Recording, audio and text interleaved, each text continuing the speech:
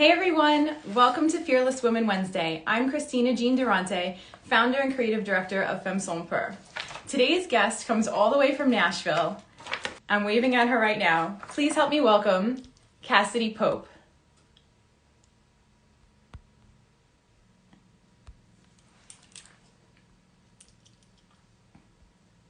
Just accepting her request. Hi guys, waving to you. Hi. Hey Cassadee. How are you? I'm good, how are you? I'm good. Thanks for having me. Sorry, I'm just raising the volume. Oh, I took a screenshot. Oh, I do that all the raising the time, volume accidentally.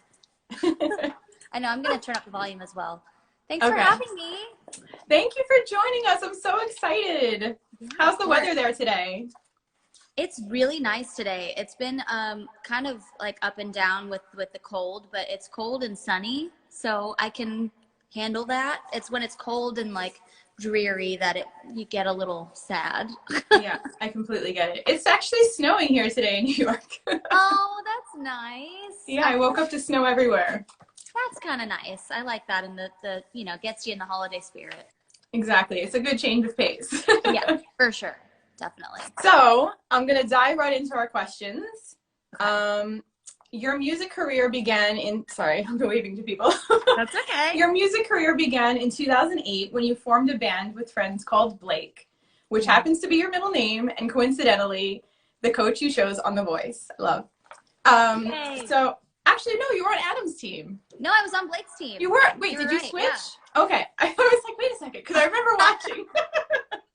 Right. Followed by your band, Hey Monday. How do you feel these previous experiences prepared you for your solo run on The Voice and ultimately to win season 3 in 2012? Man, they sort of prepared me, but to be completely honest, it was unlike anything I've ever experienced on The Voice. Like, that was so outside of my comfort zone. Not only just the competitive aspect, because I'm not a very competitive person. Like, I just like to do my thing and whatever. I have a lot of artist friends that I'm so proud of. And it never feels competitive. So that was weird for me. And then like live television, having cameras everywhere and it being, knowing millions of people were watching, that was so nerve wracking. So I think the similarities of being in my bands and The Voice were like building up endurance. And like on tour, you sing almost every night and you build up your endurance. And then on The Voice, it was the same kind of thing, but literally everything else was completely different. So what was the best advice you ever received from Blake Shelton during your time on the show? He wasn't ever like dropping these big nuggets of knowledge, but he was a good person to just observe. And I think that's what I learned the most from him, was just watching how he acted on set. And, even when the cameras weren't on, just how gracious he was to the people that were on and off camera, in front of and behind.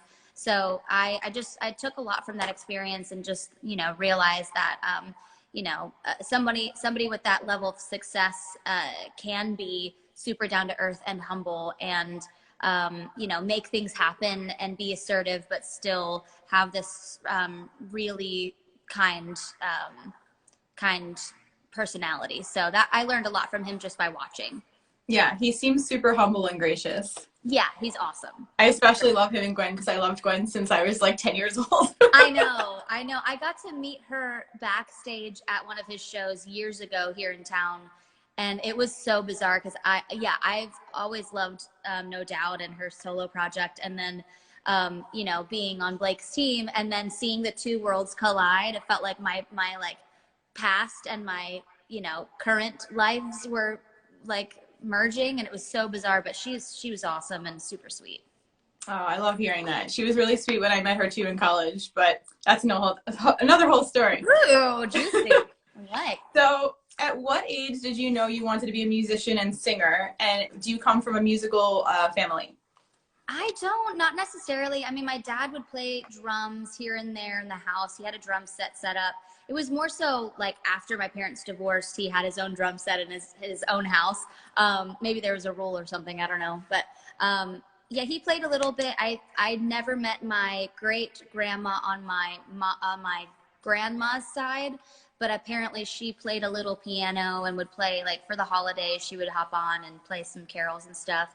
But nobody that really did it full time or did it a lot. It was just like some people tinkered in it. So when I was 4 years old, I started taking voice lessons because my sister was taking them, and she's about 3.5 years older than I am. So okay.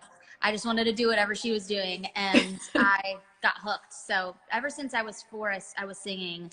And in high school was really when I started to get more serious with singing. I mean, I always sang at like fairs and recitals and stuff growing up, but it was in high school where I really started to travel to sing and play with bands and stuff. So that's probably when I got more serious. Cool. And does your sister still sing? A little bit. Yeah. It was so cute. I didn't get to be there, but my mom's side are from Pennsylvania, and they're from a town where it's literally like a half-hour drive to this dirt track for like racing called Lernerville. And she sang the national anthem for one of the races, and I was so proud of her. She sounded amazing. But she'll dabble, but she's a chef now, so that's her full-time job, and she's very, very good at it. So yeah. Okay, so you're both still creative. Yeah, we're still creating, but in different avenues for sure. Yeah. I love that. Yeah. So you had the opportunity to tour with Tim McGraw and Dierks Bentley.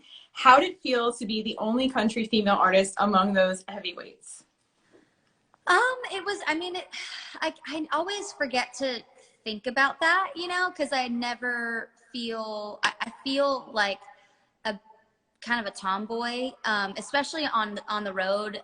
I mean, I've never had a super glamorous situation on the road. I've never quite gotten to that level anyway. But I think you kind of have to be a little rough and tough to be on the road. So I just have always felt like one of the guys. But yeah, I mean, everybody was super welcoming. Thankfully, on both Tim and Dierks's crews and a lot of the other crews of other artists, there's a lot of women. So even though there's no other female artists, there's still more females on the tour that I can hang with. And it's always nice to have other females on a tour, just to have that camaraderie and it just in general have like people that you can turn to and be like, girl, can I have a tampon? Or like, you know, whatever a girl needs in that moment. For real. It's always helpful. Yeah. So who's been your greatest mentor throughout your career so far? Ooh, that's good. I mean, obviously Blake was a good one on The Voice. And after the fact a little bit for a little while. And then it was sort of like, I came to Nashville and I started really working hard and on the road a lot. So we didn't keep in touch a ton, but I think the biggest mentor for me, especially as of late, is Karen Fairchild from Little Big Town. Mm-hmm. She really was there for me when I had a big change in my life, probably 4 years ago now, where I just like totally dismantled the team I had that I got off of The Voice, label, management, publishing, everything. And I really needed her help to kind of help me figure out who would be a good fit as far as the manager goes. And she just so happened to know the manager that I was talking to at the time. And she was really, really helpful, just giving me details. And he ended up being my manager, and he still is. But she's just always been there and always just down to listen. And she's always like, she's less, you know, telling me what to do and where to go. She's more of like, you know, you should just do you and it'll work out, right? Yeah. Like, just that kind of mentorship. So it's nice. That's amazing to have her on your team. I mean, yeah. Essentially. I know. She's the best. I love her. So you began your music career in the punk rock genre. What made you veer into the country lane?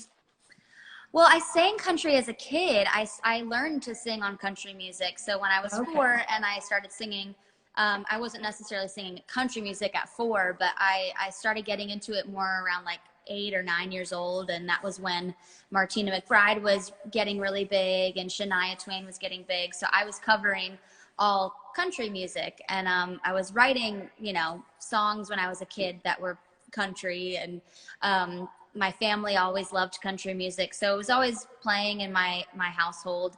So then, you know, going through my teenage kind of rebellious years and dating somebody who introduced me to the West Palm Beach, Florida music rock scene, like where I'm from. it really opened my mind to this kind of music. And I was like, ooh, maybe I want to be in a band. And that's kind of how that all took flight. But On the Voice was really the time where I kind of got reacquainted with my roots, my country roots. And I sang Over You, which was a song that I chose, that I wanted to do. A lot of people think Blake told me to do it, but he didn't. It was a Miranda song, and that song really like took off for me. So I was like, oh, maybe I'm onto something, and maybe I can do country but still incorporate my pop rock influences. And that's what I've been doing, you know, to this day. And it's totally working for you. Staying true to you, right? Thank you. So what is your favorite song that you've recorded so far and written? Ooh, oh gosh. Well, I am really proud of the last album I released, Rise and Shine, and probably the title track, Rise and Shine, is something I'm really proud of, because it's, I've had that song in my back pocket for a few years, and I've never felt like it fit on any of the projects that I was doing. And this one just felt right, especially this time that we're all in. And when it came out, it was in August, and I feel like we were still very much in the thick of everything, and not even just COVID, but, you know, social injustices and everything. So I felt like it was really timely. But yeah, I've always wanted to have a song that reached people that, you know, were met with obstacles and persevered, and maybe against all odds, you know. So I'm really glad that I got to have a song like that out into the world now. Amazing. So what has been, well, sorry. Okay. I have between a computer and my questions to reference if I forget. Like the computer shut off. What is happening? Oh, no. I can't remember everything. No. I read that you meditate. Do you feel it is a grounding force for you? I do. I will admit I have phases of like being really committed and meditating, and I use the Waking Up app, which is Sam Harris's meditations, and those I gravitate toward those because they feel more matter of fact, and like, you know, more feel sensations, whatever sensations you're feeling in your body. Oh, there's a sound, like identify it. Where does it go? It's not like, I don't really connect with when a meditation's like, you're sitting by a river and you see a memory floating down. Like that doesn't really, I always get a little like giggly with that stuff. But I do feel like meditation can look a lot of different ways. You know, there could be this one that I'm speaking about, the Sam Harris one. And also just like when I take the dogs for a nice long walk, and I just don't even look at my phone for 1 second, and I just look at the nature, and it's a beautiful time of year where the leaves are falling and the dogs are, I mean, I just love them so much, and I'm just kind of like lost in the moment. So that's another form of meditation for myself. But I do feel like during this year, especially with all the chaos and the loud noises going on, meditation in both those forms have always been really helpful for me. I agree. Looking at nature, taking a walk, appreciating what's around you is completely self-healing. Oh yeah, it's amazing. And you know, obviously we live in a city, so it's not exactly, you know, nature everywhere, but even just trees lining a street with houses, that will do it for me. I'm good, you know. Absolutely. So the pandemic has been an emotional roller coaster for everybody. How has that impacted your songwriting? I've been writing a lot about the past this year, and a lot of the songs on Rise and Shine were about the past, but I think this, whatever project that I'm writing towards right now this year, the songs have been more about, I don't know, coming to terms with some of the not so great things I've gone through. And right. There are songs that feel very relevant and are about my relationship right now, and are about, you know, the healthy mental state I'm in. But I think this year, with everything that's been going on, I've really been unafraid to touch on things like social injustices, and, you know, people caring too much about like if someone's gay or not, you know, like just things like that I've actually put into songs. And it's felt really therapeutic in a sense, and just like not really caring who my music appeals to, just writing my truth. That's been really awesome to do this year. That's amazing. And I applaud you for that. Thank you. How would you describe your personal aesthetic? I think I lean definitely more toward the tomboy aesthetic. You interviewed my my stylist Krista Roser. Who Yes, love her. She's amazing, and she's really great at. She knows that I like to mix the leather and lace thing, and I never want to go too prissy, but I never, I'm down to go the other direction completely, but never too prissy. That's always been my thing, and I also think it has a lot to do with just how I feel. Sometimes I do want to wear a flowy dress, and sometimes I want to wear, a choker and a leather jacket. So I think it's nice to not box yourself. But yeah, I think that like common thread in my fashion is mixing more of the tomboy vibe with the girly vibe. That reminds me of Gwen Stefani, kind of, but I completely love your vibe. Yeah, no, I mean, she's definitely an influence for sure. I mean, her fashion's always been incredible. And I read also that you love Avril Lavigne, and she's kind of that too. She is, yeah. I mean, I remember I used to dress like her, like with the gloves and everything. So, I had a lot of my childhood and just like young adulthood modeling my fashion after people, like even Shania and stuff. But I think now being an adult, like 31-year-old woman, I try really hard not to emulate someone else's fashion too much. Like, oh, okay, that inspired me to do this, but not like completely copying them like I used to. Right. So where or when does inspiration strike you to write a song? And do you hear the lyrics first or the melody or both? Do they go hand in hand? And what does your process look like? The thing that keeps me coming back to writing music is that it's different every time. If it were the same process every time, I don't think I would still be doing it, because I get bored with anything that's the same for too long. Hence the career I went in. But some days I'll have a title or a concept and I don't know how to really make that come to life. So I take that into a session, and everything this year has been Zoom sessions. So I've been really lucky to get in with people that'll be like, yeah, let's hop on that. Let's like grow that. And then sometimes I'll have like a full on chorus, like with melodies, lyrics, music written, and I bring that in. So it really just depends on the day. And sometimes I bring in nothing, because some days it's just like, Oh, we lost voice. Oh, there it goes. So sometimes I have nothing in my brain to offer, but then, that opens the opportunity up to the other writer to bring up an idea that I never would have thought of. And then we end up with a song that's great, that I wasn't originally my idea, but it's still something that I love. So yeah, it's different every time. I love that. I can completely understand that. I used to write songs when I was younger too. I was like, maybe I should sell these songs. I have some good ones. Yeah. Maybe I can pass one along to you. Who knows? That's amazing. Yeah, it's never too late. All right.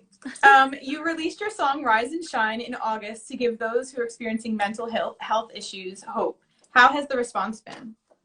It's been amazing. I mean, people, want new music right now. There's something to look forward to. And I don't know, obviously it's acoustic. So I think there's something about when the music is acoustic, it just evokes like emotion, and it makes people feel. And I think people just need to let it out, whatever they're feeling. If they're happy and they want to laugh or whatever, there's songs for that. No, don't you start. Gosh. And then there's songs like if people need to get out a good cry, there's songs for that. So the response has been really great. And I also have really enjoyed the fact that this album is making, anytime I do an interview or anything, it's making people ask deeper questions. And that was really my goal for this. So that's been nice as well. Okay. So one of your songs, your favorite songs, is California Dreaming that you sing with your boyfriend, Sam. Yes. I love him. Oh my God, I used to watch him on Nashville all the time. He's such a cutie. Oh, I know. He's so cute. He's so talented. So how did you two meet, and do you sing together often? Well, we met a long time ago. It was like a hi-bye situation at the Big Machine after party. Hold on. It's okay. Okay. Yeah, after the CMA Awards, this was, at this point, must have been like 8 years ago now.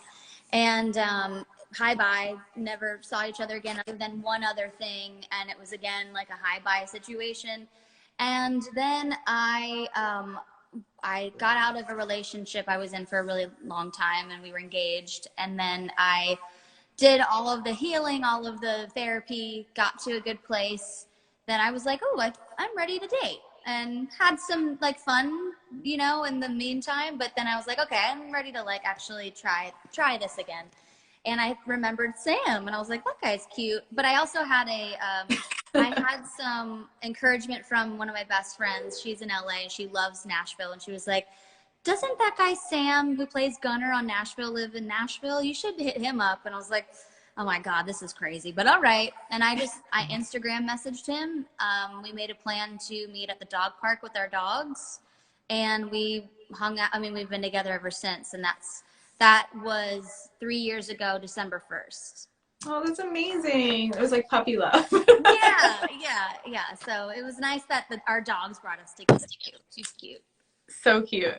So how do you stay true to yourself being in the spotlight? Oh, that's a good question. I mean, I bring up therapy all the time, but I really do believe that if I hadn't gone to therapy, I would still be struggling with who I am and what I wanted to do and the message I wanted to send. So I think really doing some work on yourself, some self-discovery helps with keeping you grounded and keeping you looking inward. Like I'm guilty of this. We all look around and we say to ourselves, why are they doing that thing when I never got that opportunity, or why are they more successful? And that's the moment where you start to lose yourself and you start to try and be like that person instead of just being yourself. So a lot of therapy and a lot of self-love. I think that's really important. Yeah, I completely agree. What has been your greatest form of escapism during the pandemic? Bravo's Real Housewives. I am obsessed. And which city? No. I love, okay, this year, well, Potomac was really good this year. I watch them all. I don't discriminate against any of the cities, but, oh, sorry, there he is. Just come up here so you stop bothering us, okay? I really am enjoying Salt Lake City. It's a hot mess, but I think that's why it's escapism for me, because I know people like this exist in the world, but it is so outrageous, the things they fight about and things that it doesn't seem real to me. I know it's Real Housewives, but it's like, there's no way. So I totally check out of whatever I'm going through in life and focus on that. It's really fun. I love it. Okay, so who's an icon you've yet to meet, and what would the conversation look like? I mean, Jim Carrey is my ultimate, like, if I met him, I don't know what I would do or say, or I think it would probably be a lot of crying, because he was really important to me growing up, because my parents' divorce was really hard on my sister and I, and he just provided this levity that took our minds off of it. And I'm a pretty goofy person, and my dad's really goofy. I think I got it from him. So his humor, his like physical humor, has always just resonated with me. So Jim Carrey is my like icon. If I could meet anybody, it would be him for sure. He's definitely a great one. Oh, I just love him so much. He's so good. So your Frenchie didn't come up, but you have a Frenchie, Cuppy. Yes. He is so adorable. Thank cute. Everybody can follow him at Cuppy the Puppy on Instagram. We have actually my dog for Stanton at Stanton's World just came to my feet. Let me show you. Stanton is such a cute name for a dog. Oh my God. Hi, Stanton. Look how cute Cassadee he is. Oh. Okay, maybe now they can be friends. He's going to be mad because he was just sleeping. But look. No. Say hi, Cuppy. So cute. I love it. They're the best. I love Frenchies. They really are. I mean, he's constantly snoring or grunting or tooting. Tooting is a big one. But hey, you gotta love them for everything about them, you know. And Sam's dog is River? Yes. That's Are the they one besties? that you saw his little nose popping up. Are they like best friends? They are. They're so it's funny. They cuddle and they're all over each other, and then sometimes they're like, you'd think they're the worst enemies with the way they roughhouse and play, but it's all playful. But sometimes it's like, okay, you guys are being a little loud. I don't know if you're mad or if you're just playing. But yeah, for the most part, they love each other and they're always cuddling. River, the big dog, is always the one that lays on top of Cuppy. So I don't know how much Cuppy loves that, but it is really cute. Awesome. So we love empowering women here. As you can tell, Femme Sont Peurs, Fearless Women. Yes. You toured with your friend Maren Morris last March. What was that experience like for you? And did you guys feed off of each other's energy? I definitely fed off hers. I don't know if she fed off mine because I don't think she needs to, but it was really special.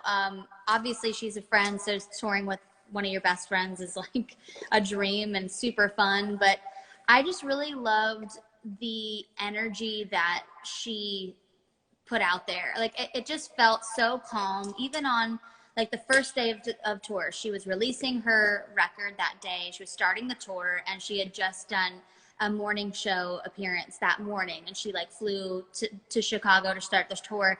And I've never seen anyone more calm. And I was like, wow. That is why, you know, everybody around you is calm. And that's why this tour feels so nice and enjoyable. There's no nerves. There's no, you know, there's nobody walking on thin ice or eggshells around her. She's just a super calming force. And the crowd, you know, the crowd was really special to see because it's a crowd that I aspire to have, that I feel like I got after touring with her, which is a complete mixture of demographics and ages and races and, you know, all sexual orientations, everything. So it's like looking out at her crowd and like winning them over was such a beautiful thing. And I was so thankful to be on that tour.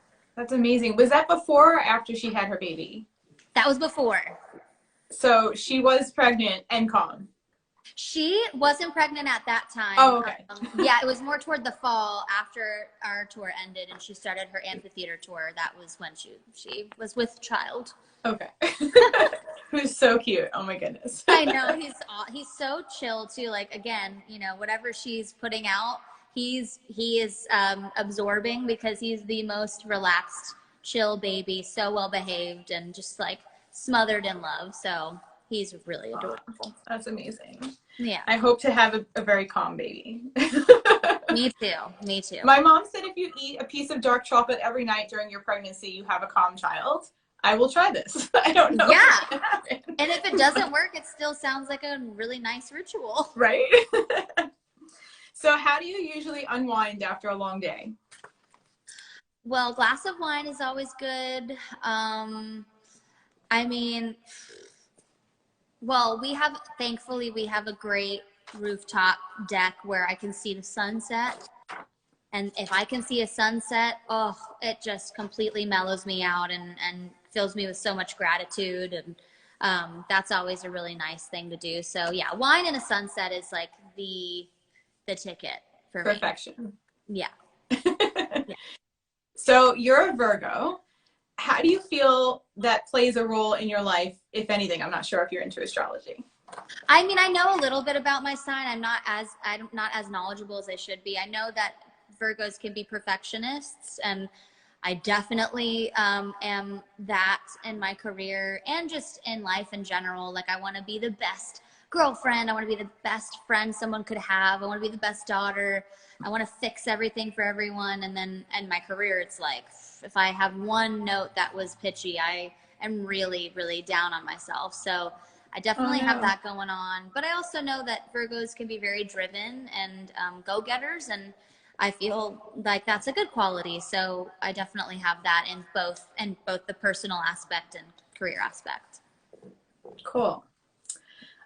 So throughout the year, you've used your voice on social media, advocating for racism, supporting Breonna Taylor, speaking for injustice and for justice. I completely applaud your efforts. I know you spoke about this a little earlier. What were the reactions like from your fan base?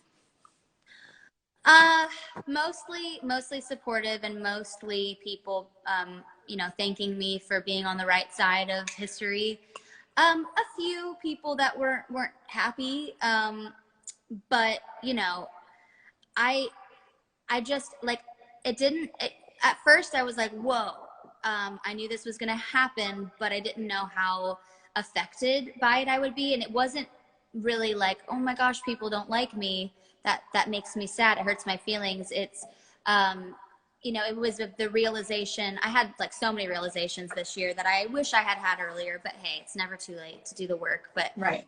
I was like, people actually think this way, and they follow me, and they might come to my shows, and they might like buy my music. This is a very weird thing to realize. And so it was more of just being disappointed in humanity at a few points, but it didn't feel like there was a choice for me to not speak out and not. I marched back in, I think it was April, and I wore 2 masks, and I stayed far away from everyone as much as I could, but I had to be there. And it was a Black Lives Matter march here in Nashville. So I'm still learning and unlearning and reading books and doing the anti-racism work that I wish I had done earlier. But it just, it feels like there is a stigma with country artists and how, we believe a certain thing. That's like what we're expected to believe. And it's been really beautiful to see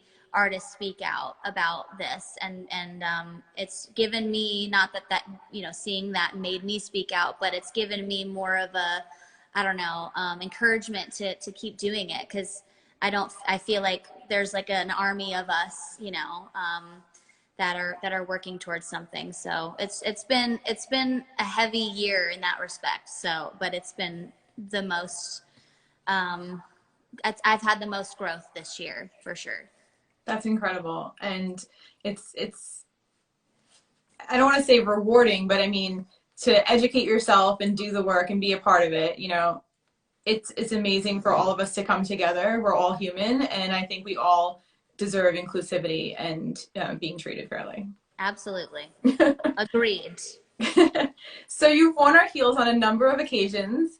And I remember you commenting, I don't know if it was like your birthday, you were out with your girlfriends and you were wearing our Aurora booties, and you're like, these are my favorite shoes ever. I was like, oh my gosh, she's wearing our shoes and she loves them. That melted my heart. You guys have such great products, and doing this Instagram live is so fun, because I feel like I never really get to do things like this with brands that I love and that I wear often. So it's really cool to like do a meaningful conversation with the company that I love to wear. Thank you. Yeah. So how do our shoes make you feel when you are wearing them? I feel so glamorous. I feel very empowered. They're very bold styles, at least the ones that I gravitated towards. They're very bold. And when you wear them, you definitely, you need to be cool with like people looking and being like, wow, those shoes are amazing. If you want to blend in, maybe not the red pump that I just picked out would be for you, but I just think that they're so striking, and the structure of everything is really different. I love that when you have like asymmetrical kind of shapes in your shoes, and just the unique style. It's not just another pump. It's not just another booty. There's always something really special about it. Thank you so much. I mean, we aim at making you feel completely empowered and fearless, and also making your statement, you know? Yeah, yeah. It's a form of self-expression. I know, and you guys do it so well, so well done. Thank you, thank you, thank you. So what is the best career advice you've received so far? Oh, what is? Wow, that's really hard. I've received a lot of good advice.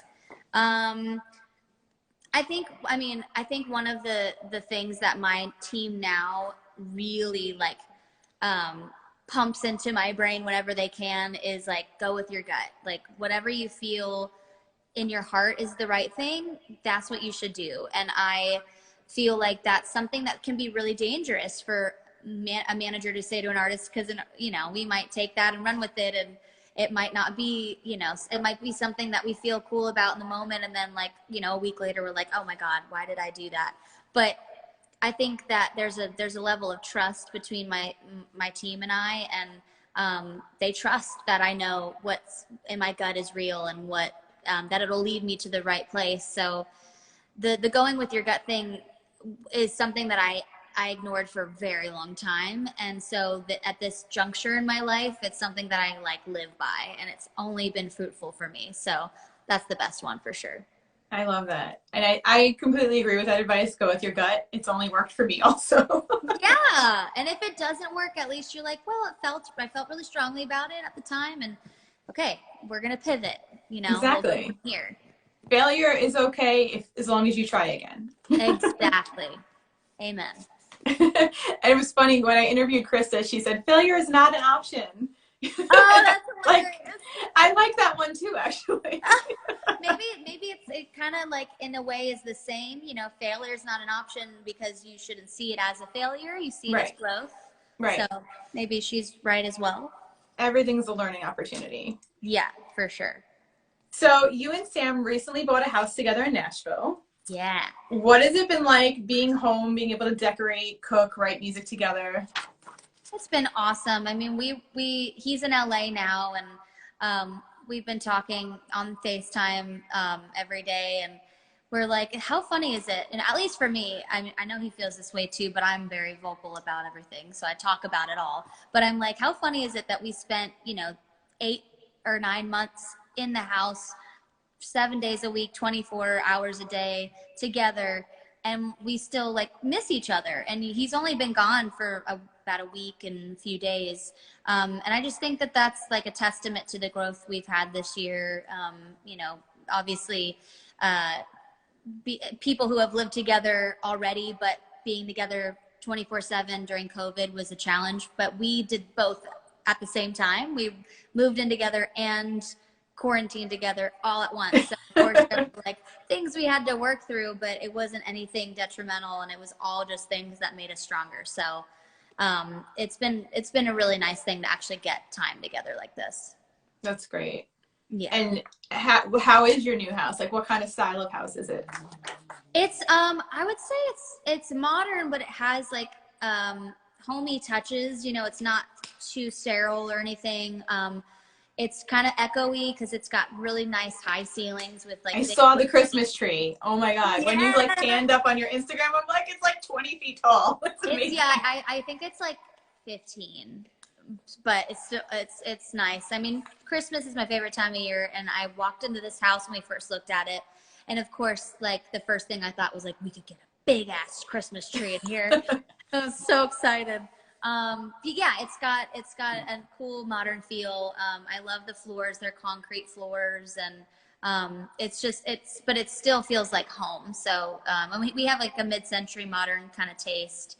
So all of our furniture is kind of that vibe, and yeah, we made it cozy. I love it. So what advice would you give to the next generation of hopefuls who are looking to break into the music industry or become a country singer? Ooh, well, I have a lot of advice, but I think the main thing is to not be afraid of the evolution of your taste and your style, because we all feel like when we choose, okay, this is going to be my first single, okay, this is going to be my first album, there's this pressure to like stay with that for the rest of your career, and it's just not realistic because we as people are always changing. So I would say to people, you know, obviously put thought into it. Don't just like put something out just to put something out. But I think, you know, knowing, hey, if I decide this isn't the style I want to do a year from now, that's okay. And in fact, it's probably better because people will always be looking forward to what you're doing next.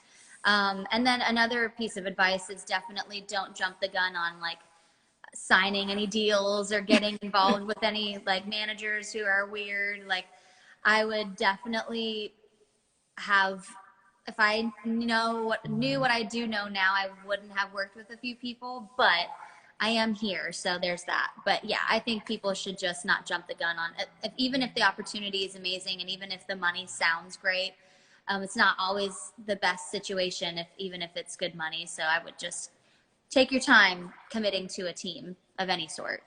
Exactly. I couldn't agree more. I've definitely had some pitfalls or worked with people that I shouldn't have because I was so eager and it sounded too good to be true. And Yeah. now I've learned, and you evolve and you grow and you take the time to really research or get recommendations from your friends or peers. Absolutely. Yeah. And it's only human. It's impossible for most people to get into any line of work and not have one sort of failed relationship, you know, career wise. So it's not like you're doing something wrong, but try to not jump. You know? So 2021 couldn't come any sooner. What are you looking forward to in the year ahead? Well, I'm definitely looking forward to new music. I've been writing all year on Zoom, and I've been writing some of my favorite songs I've ever written. So I'm really looking forward to getting into the studio and getting that out. I'm not sure of dates or anything, but it'll definitely be next year. And I really, you know, I'm hopeful that this vaccine is going to be successful and allow us artists to get on the road and play shows. I miss it so much. I miss connecting with fans in person.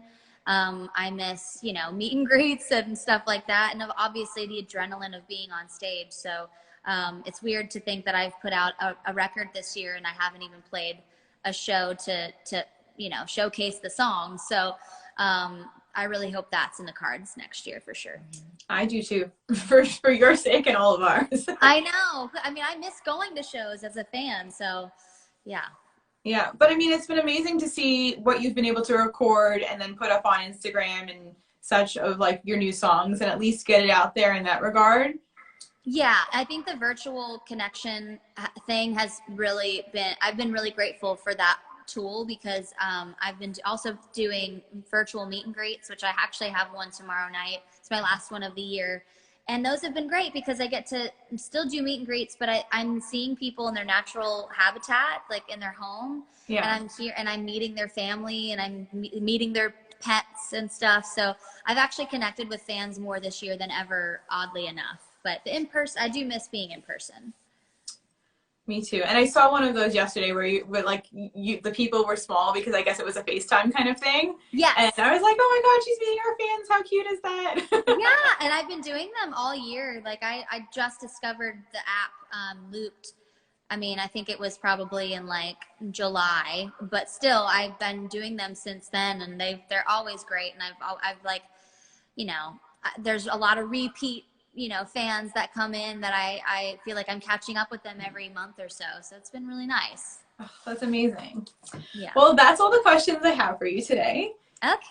Thank you so much for joining me and taking the time and sharing your pup. Oh, of course. Thanks for sharing yours. He's so cute. No, he's over there snoring now. Oh, he's so cute. Oh my gosh. Yeah. Thank God for dogs during this whole time. Absolutely. I couldn't agree more. Well, we're following you.